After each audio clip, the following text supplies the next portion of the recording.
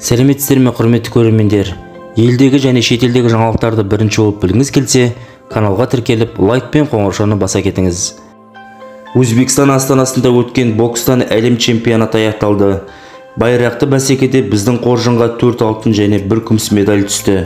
Әлем біріншілігінің алғашқы финалдық бәсекесінде қоржынға 2 жүлде түсті. 48 келі салмақтағы Санжар Ташкенбай Грузия өкілі Сахил Аллахвердовиден басым түсіп алтын алды. Ал 67 келі салмақтағы үмітіміз Дулат Бекбауов жергілікті Асақожа Муйдинхожаевтан айласын асыра алмады. Жекпе-жек бастала салысымен алға ұмтылған Дулат қателікке бой алдырды.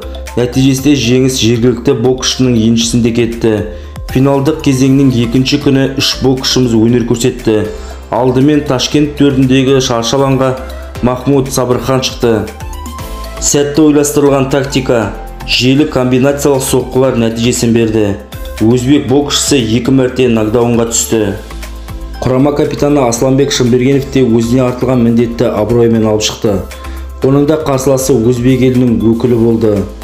Өте тартысты өткен кездесуде жерлесіміз 3-2 есебімен жеңіп, мансабында алғаш рет әлем чемпионы атанды.